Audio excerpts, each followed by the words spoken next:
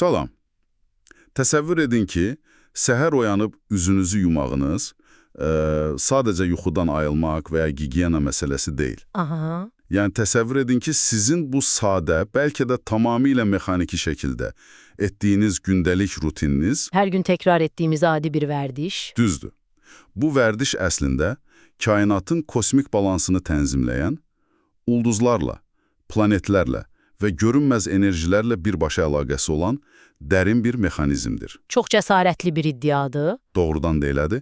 Bugün biz bu dərindən araşdırmamızda məhz belə bir iddia ilə çıxış edən çox fərqli, biraz gizəmli və olduqca spesifik bir mənbəyə baxırıq. Söhbət yaranış fəlsəfəsindən gedir, eləmi? Tamamilə, Vahid Rızayevin şəxsi arxivinin əlavələri ilə bizə gəlib çatan Yaranış adlı fəlsəfi və ruhani mətin. Lakin bugün biz sadəcə hansısa mücərrəd, göydə uçan fəlsəfədən danışmayacağıq. Daha konkret bir şeyə fokuslanacağıq. Bəli, həmin mətnin təməlində dayanan və çox qəti qaydaları olan bir tətbiqat söhbət paklanma ritualından gedir. Çox maraqlı mövzudur. Sözün düzü söhbətə başlamazdan əvvəl gəlin belə bir şey düşünək.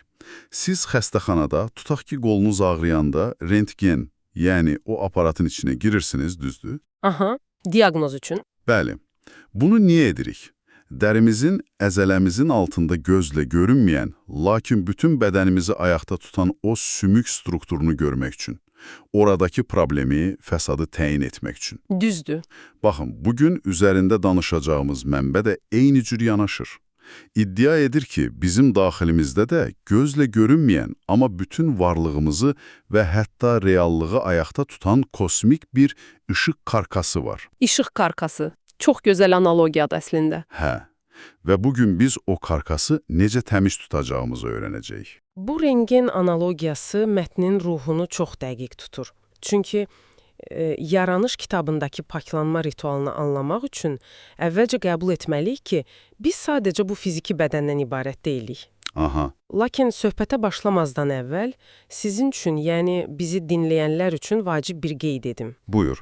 Biz bu mənbəni mütləq şəkildə obyektiv, tamamilə kənardan bir müşahidəçi kimi təhlil edəcəyik.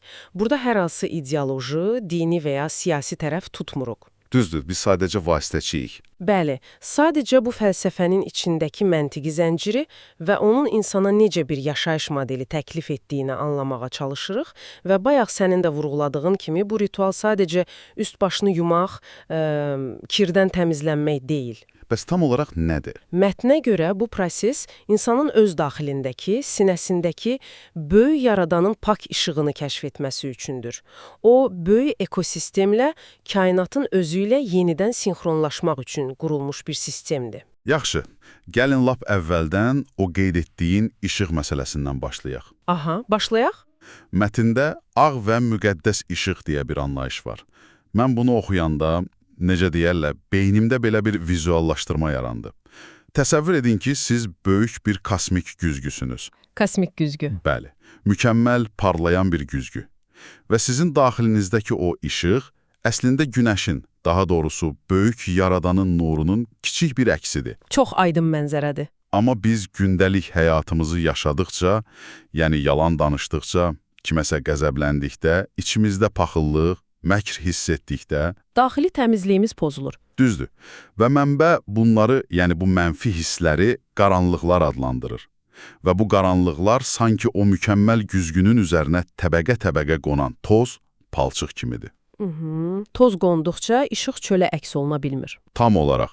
Yəni paklanmaq əslində o daxildəki işığı oyatmaq üçün sadəcə o tozu silməkdir. Mükəmməl vizualizasiyadır və burada ən heyrətamiz məqam odur ki, mətin sənin o güzgünün tozlanmasını sadəcə sənin şəxsi problemin kimi qəbul etmir. Necə yəni? Təkcə mənim problemim deyil. Yox, əsla. İnsanın daxilində qaranlıq toplanması birbaşa kainatın, planetlərin və ümumi məkanın ahənginin pozulması ilə əlaqələndirilir. Doğrudan. Bəli, yəni mətn açıq şəkildə bildirir ki, sən daxilindəki məkri, yalanı və iftiranı təmizləməsən, bu sadəcə sənin psixologiyanı yox, ətrafındakı bütün ekosistemi zəhərləyir. Bir dəqiqə. Yəni Təbii fəlakətlərin, bəlaların makro səviyyədəki səbəbi kimi Məhz mikroskosmosda, yəni sənin içində yığılan bu qaranlıqlar göstərilir. Burada mən istəyirəm biraz dayanaq. Bu çox böyük bir iddiadır. Hə, kifayət qədər ağırdır. Yəni sən demək istəyirsən ki, fəlsəfəyə görə mənim sükan arxasında tıxacda kiməsə əsəbiləşməyim, Və ya işdə etdiyin kiçik bir paxıllıq, bəli, yəni bunlar qlobal istiləşməyə və ya hansısa fəlakətə təsir edir. Bu biraz, necə deyim, həddindən artıq şişirdilmiş və insana çox böyük məsuliyyət yükləyən bir iddia deyilmi? müasir şuurumuzla yanaşanda tamamilə haqlısan, bəli, çox radikal səslənir. Yəni adamı yükləyir əməlli başlı. Lakin fəlsəfənin daxili məntiqinə baxanda, bu əslində bir növ kəpənək effekti kimidir. Aha, kəpənək effekti. Bəli, sən tək bir fərd deyilsən, sən böyük şəbəkənin, sənin dediyin o kosmik karkasın bir düyünüsən. Əgər bir düyün çürüyürsə, o qaranlıq mütləq qonşu düyünlərə də keçir. Biz zəncirvarı reaksiya başlayır. Dəqiq. Mənbə insana deyir ki, sən kainatdan ayrı, yerdə gəzən təcrid olunmuş bir bioloji maşın deyilsən. Biz hər şeyin bir hissəsiyik. Bəli, sən o böyük nizamın ən aktiv, ən dağıdıcı və ya ən qorucu elementisən. Buna görə də sənin şəxsi paklığın kosmik təhlükəsizlik məsələsidir. Kosmik təhlükəsizlik doğrudan da çox naramlı ifadədir. Elədir. Yaxşı, tutaq ki, mən bu fəlsəfəni tam olaraq qəbul etdim. Mən anladım ki, mənim o daxili güzgüm kainatın işığını əks etdirməlidir. Aha. Bəs mən bunu bu müasir, xaotik həyatımda, bu qaç-qaçda necə edəcəyəm? Bax, elə əsas məsələ buradadır. Çünki Vahid Rızayevin qeydlərinə baxanda görürük ki, bu sadəcə yaxşı insan ol tipli abstrakt bir nəsihət deyil. Qətiyyən, çox sistemlidir. Bəli, ortada çox konkret, hətta mən deyərdim biraz qəribə dərəcədə sərt fiziki şərtlər var. Məsələn? Birincisi, bu paklanma gündə düz 3 dəfə olmalıdır. Səhər, günorta və gün qürub edəndə. Aha. Amma mənim üçün ən qərib olan, hətta oxuyanda bir növ daxilən etiraz etdiyim detal suyun temperaturu ilə bağlıdır. Temperatur məsələsi doğrudan da fərqlidir. Mətndə 6 xüsusi cızılaraq qeyd olunur ki, su mütləq otaq temperaturunda olmalıdır. Sitat gətirirəm, isti su, hamam suyu paklığa icra olunmamalıdır. Çox dəqiq bir qadağadır. İndi mən başa düşürəm ki, kosmik harmoniya falan, bunlar hamısı əladır. Amma qışın ortasında, buz kimi havada, otaq temperaturunda su ilə yuyunmaq, Hə, bu asan deyil. bu ruhani sakitlikdən çox fiziki işgəncəyə oxşayır axı. Niyə mən o isti, adamı rahatladan, əzələləri yumşaldan, buxarlı sudan istifadə edə bilmərəm? Təmizlikdir də, fərqi nədir ki? Bax, elə o işlətdiyin rahatladan və əzələləri yumşaldan sözlərində məsələnin sirri gizlənir. İsti su bizim üçün nədir? Rahatlıq. Komfortdur, bəli. Şəxsi rahatlığımızdır. Mətnə görə isti su insanın öz egosunu təmin etmək üçün təbiətə etdiyi bir müdaxilədir. Müdaxilə, təbiəti dəyişmək. Tamamilə. Sən suyu isidəndə əslində təbiətin təbii halını dəyişirsən, onu öz rahatlığına tabe edirsən. Paklanmaq isə əksinə, insanın egosundan, öz konfor zonasından çıxaraq təbiətin əzəli halına təslim olması deməkdir. Yəni, yaradılışın toxunulmaz anına qayıtmaq. Bəli. Mənbə qeyd edir ki, paklanmaq təlatümsüz və ağırsız bir əbədiyyətdir. Çox fəlsəfidir. Sən otaq temperaturunda suyu bədəninə toxundurduqda, o anın içində oyanırsan. Fizikiliyin şoka düşür və şuurun açılır. Aha, yəni insan ayıq qalır. Düzdür, sən daxili oyaqlığını təmin edirsən, isti su səni uyuşdurur, otaq temperaturunda olan su isə səni reallığa qaytarır. Yaxşı, yəni biz isti sudan istifadə etməməklə təbiətə müdaxilə etmirik, ona təslim oluruq. Bunu anladım. Çox məntiqlidir əslində. Bəs duruş məsələsinə nə deyirsən? Hə, o da var. Qeyd olunur ki, paklanarkən şimali-şərq istiqamətinə tərəf durmalısan. Böyük yaradan məkanına tərəf. Bəli, mənbənin dili ilə desək. Və ayaqlar mütləq cütlənmiş, yəni bir-birinə bitişik olmalıdır. Əllərin üstü isə tamamilə açıq və sərbəst buraxılmalıdır. Bu nə deməkdir axı? Sadəcə düz dayanmaq bəs etmirmi? Niyə məhz belə bir nizamla durmalıyıq? Çünki sən o an sadəcə otaqda və ya hamamda yuyunan adi bir insan deyilsən. Bəs kiməm? Fəlsəfəyə görə sən kainatdakı daha böyük bir xorun tərkib hissəsinə çevrilirsən. Kitabda belə bir anlayış var. Ağ geyimli müqəddəslər. Yəni mələklər kimi bir şey. Bəli, biz bunu ənənəvi olaraq mələklər kimi anlaya bilərik. Səncə onlar yaradanın qarşısında necə dururlar? Çox güman ki, itaətlə. Səf-səf, sakit, nizamlı, ayaqları birlikdə və əlləri sərbəst şəkildə. Heç bir xaos olmadan. Dəqiq. Sən də yerdə ayaqlarını cütləyib, əllərini sərbəst buraxmaqla, əslində göydəki o müqəddəs varlıqların duruşunu yerdə təkrarlayırsan. Fiziki olaraq onların sırasına qoşulursan. Kosmik bir sinxronizasiya. Bəli, bədəninlə kainatın həndəsəsini özündə canlandırırsan. Əla. Suyun temperaturunu qəbul etdik, necə duracağımızı da anladıq, amma bəs proses özü necədir? Axı, mən sadəcə suyu üstümə töküb çıxmıram yəqin ki. Xeyr, bunun çox spesifik bir ardıcıllığı var. Bəli, mətn bu prosesi o qədər detalına qədər təsvir edir ki, adam oxuduqca niyə məhz bura deyə düşünür. Gəlin ritualın anatomiyasına baxaq. Təbii. Əvvəlcə onu deyim ki, bütün bu proses boyu davamlı təkrar edilən bir mantra, bir zikr var. Çox vacib bir detaldır o. Bəli, hər hərəkətdə 3 dəfə edilir. Paklılıqla, əqli paklılıqla, ruhi paklılıqla. Bu sadəcə dildə deyilən bir söz deyil yəqin ki. Xeyr, bu məhz sənin niyyətini formalaşdırır, fikrini cəmləyir. Amma fiziki ardıcıllıq məni həqiqətən təəccübləndirdi. Yəni əlləri yumaq, üzü yumaq, bunlar aydındır, hər kəsin bildiyi, gözlədiyi şeylərdir. Amma sonra çox qəribə addımlar başlayır. Hansılar məsələn? Məsələn, sağ əllə sol qolun arxasına, sol əllə sağ qolun arxasına dirsəyəcən su çəkmək, sonra əlləri başda birləşdirib əvvəlcə alına, sonra başın arxasından boyuna indirmək və ən maraqlısı, baş barmaqları əvvəlcə sinəyə çəkmək, sonra isə eyni barmaqları arxaya, kürəyə çəkmək. Bəli, çox spesifikdir. Sonda da dizlərin arxa bükümünə və ayaq barmaqlarının arasına su çəkmək. Sən mənə bu arxa sevdasını izah edə bilərsən? Arxa sevdası.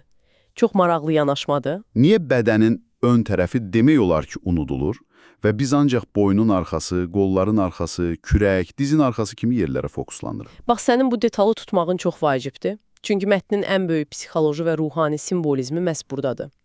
Bədən xəritəsinə baxanda ön tərəf bizim nəyimizdir? Yəqin ki, dünyaya göstərdiyimiz tərəf. Bəli, dünyaya göstərdiyimiz, fərqində olduğumuz, şuurlu tərəfimizdir. Bəs arxa tərəf? Görə bilmədiyimiz isə? Sənin keçmişindir, görmədiyin, kölgədə qalan, xətalarının və qaranlıqlarının toplandığı yerdir. Mətn kürəkdə qaranlıqlar var deyəndə bunu vizuallaşdırmağa çalışır. Sinə isə? İşığın mərkəzi, tamamilə düzdür. Sinə umuhi işığın mərkəzidir, yəni səndəki o ilahi payın olduğu yerdir. Sən baş barmaqlarını əvvəlcə o işığa toxundurur. Sonra kürəyə aparırsan. Bəli, qaranlıqların, məkrin, illərlə yığılıb qalan o nifrətin və travmaların üstünə çəkirsən. Beləliklə sən əslində o görünməz rentgen karkasındakı zədələri silirsən. Vay, bu doğrudan da çox güclü bir metafordur. Suyun arxaya vurulması şuuraltı olaraq sənin arxada qoyduğun yükü yuyub atmağındır. Sən dizlərinin arxasına su çəkərək səni irəli getməyə qoymayan o ağırlıqdan xilas olursan. Yəni bu gigiyenadan çox kənara çıxır. Əlbəttə. Bu, insanın enerji meridianlarının yenidən formatlanmasıdır, kölgə mənliyi ilə üzləşməsidir. İndi tam anladım. Yəni mən dildə əqli paklıq deyəndə sadəcə müsbət düşünməyi nəzərdə tutmuram. Yox, həm də fiziki olaraq hərəkət edirsən. Bəli, mən praktiki olaraq o məkri, o ziyankar fikirləri söküb atıram. Çox dərin metafordur həqiqətən. Amma bütün bu prosesin sonunda elə bir addım var ki, məni bəlkə də ən çox o düşündürdü. Hansı addımdır o? Biz bütün bu addımları etdik, suyu arxaya çəkdik, işığı oydatdıq. Ritualın yekunlaşdırılması anı gəlir. İnsan dik durur və ənənəvi rituallarda öyrəşdiyimiz kimi əllərini göyə qaldırıb kainata və ya yaradana baxmır. Bəli, göyə baxılmır. Mətin deyir ki, sən başını əvvəlcə sol çiyninə endirirsən, o zikri 3 dəfə deyirsən, sonra isə sağ çiyninə endirirsən. Yenə eyni zikr. Çiyinlərə baş əymək. Kitab bunu belə əsaslandırır ki, sol çiynində səhvləri, məkri, dağıdıcı yolu yığan ağgeyimli bir mələk var, sağ çiynində isə rəhmi, xeyirxahlığı və səbri yığan digər mələk. Aha. Sualım budur. Niyə göyə yox, çiyinlərə? Biz onsuz da bütün proses boyu kosmosla sinxronlaşmaqdan, şimali şərqə baxmaqdan danışdıqda, Haqlısan. niyə sonda fərd bir növ özünə qapanır və sadəcə öz çiyinlərinə baş əyir? Niyə göyə yox? Çünki bu mətnin, bu fəlsəfənin ən mərkəzi nüvəsi budur, məsuliyyət. Məsuliyyət. Biz həmişə qurtuluşu uzaqlarda axtarmağa öyrəşmişik, düzdür? Kənardan bir möcüzə, kənardan bir əfv gözləyirik. Hə, həmişə elə düşünürük. Lakin bu kitabda böyük yaradanın dilindən çox kritik bir ifadə verilir. Mən cəza verən deyiləm. Fikir ver, yaradan özü deyir ki, cəzanı mən vermirəm. Bəs cəzanı kim verir? Bəlalar haradan gəlir? Özündən. İnsanın özündən. Bəli, insan cəzanı və bəlanı özü, daxilindəki işığı bilərəkdən və ya bilməyərəkdən qaranlığa çevirməklə yaradır. Buna görə də ritualın sonunda sən göyə baxıb nəsə istəmirsən. Aha, sən özünə baxırsan. Qəmizlə üzləşirik. Bəli. Sonra sağ çiyninə əyilib, içindəki işığı, rəhmi, yaxşılığı təsdiqləyirsən. Sən öz çiyinlərinə baş əyərək, əslində mən memarı olduğum bu varlığı qəbul edirəm, deyirsən. Və onun təmizlənməsini özüm istəyirəm. Dəqiq. Cəzadan qorxduğuna görə deyil, sadəcə öz tamlığına, yəni həm mənfi, həm müsbət tərəfinə hörmət etdiyin üçün. Bu total bir özünü dərk və hesaba tanıdır. Dəhşət. Bu, həqiqətən adamı silkələyən bir yanaşmadır. Yəni biz səmada və ya hansısa mücərrəd bir məkanda neysə axtararkən, Fəlsəfə bizə deyir ki, uzağa getmə. bəli, fəlsəfə deyir ki, sən həm öz cəzanı, həm də öz xilasını hər an, hər saniyə düz o çiyinlərində gəzdirirsən. Və paklanmaq da elə o çiyinlərdəki yükü dərk edib ondan azad olmaqdır. Sən məğzi çox gözəl ümumiləşdirdin.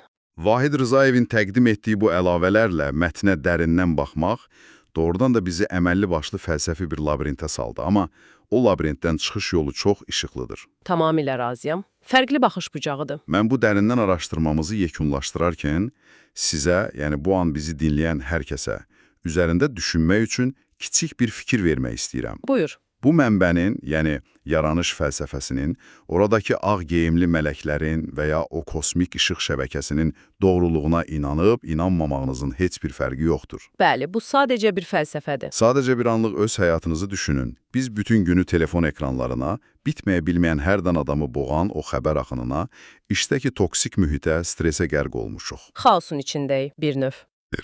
Elədir. İndi təsəvvür edin ki, gündə cəmi 3 dəfə özünüzü bütün bu süni dünyadan ayırırsınız.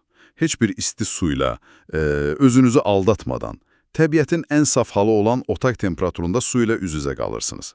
Təbiətə təslim olaraq? Bəli.